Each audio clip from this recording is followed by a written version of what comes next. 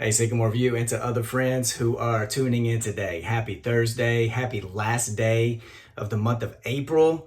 I was in Washington, D.C. speaking at an event on March 7th, and it feels like 3 years ago. I'm sure some of you feel the same way.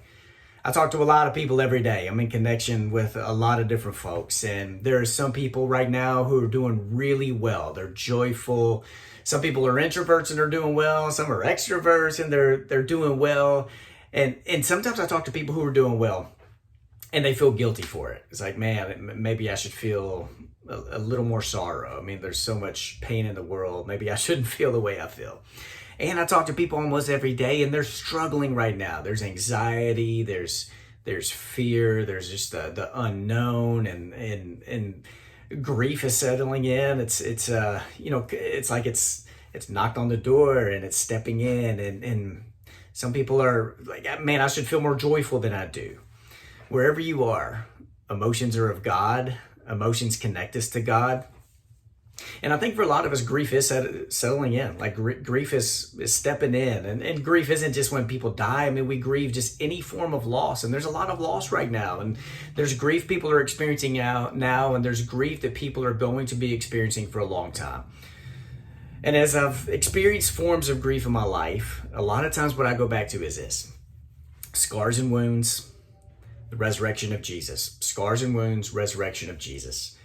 When I wrote my first book, I started writing that back in 2011, a year after my sister died.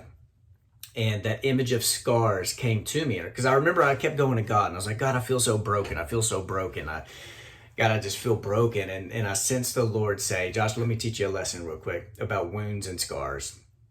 And the Lord began processing this with me about wounds and scars. That a scar is a healed wound.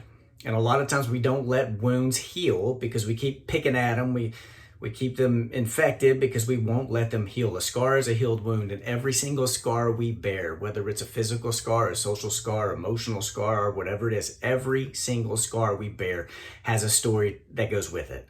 Like we don't have a scar on our body that we don't know why it's there. We know why it's there, whether it's a scrape on the knee or some cut, where we had stitches before. I mean, we know why they're there. And when Jesus rose from the dead, Jesus had scars. Like Jesus didn't rise from the dead and his hands, were completely healed, or his feet were completely healed. Like there were scars there. And that's part of what Jesus used to help tell his followers that, hey, I'm alive. It worked. But those scars, they told a story.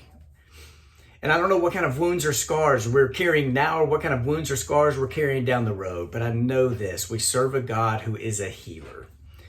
In John chapter 5, and I may come back in a Devo and process this a little more with us at some point. In John 5, Jesus asks this question: do you want to be healed? He's talking to a guy who had been sick for 38 days. And Jesus says, do you want to be healed? Of course the guy wanted to be healed. But I think there are times where Jesus knows we're hurting, and Jesus wants to hear us process and articulate what the emotions in our heart are, the desires of our hearts are. So I think we can do this together. Just to be honest with God, honest expression. Do you want to be healed?